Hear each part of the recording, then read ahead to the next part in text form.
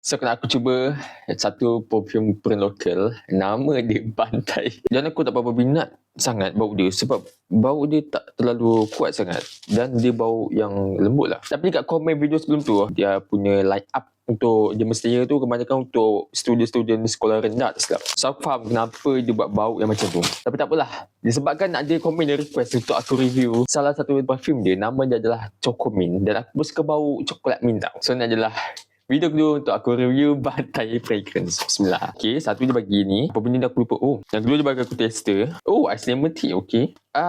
Chocomint. Gambar dia Godzilla. Bismillahirrahmanirrahim. Kita mesti check. Oh lah, ini kan bau ni. Okay, tak. Dia lebih kurang ke. Tak jawab apa ni, aku dapat je tak bau macam bau coklat Billie Eilish tu. Tapi dia ada macam mint sikit. Tapi mintnya tak terlalu dominan sangat lah. Tapi dia punya DNA bau macam Billie Eilish yang nombor 2 tak silap aku. Okay. Aku lihat bismillah.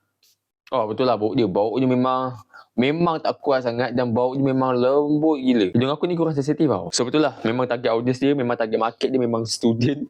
Bagi aku mungkin student sekolah rendah lah. Memang lembut gila mat. Okay, waktu opening tadi, masa start bau tadi aku dapat detect dia punya bau coklat dia.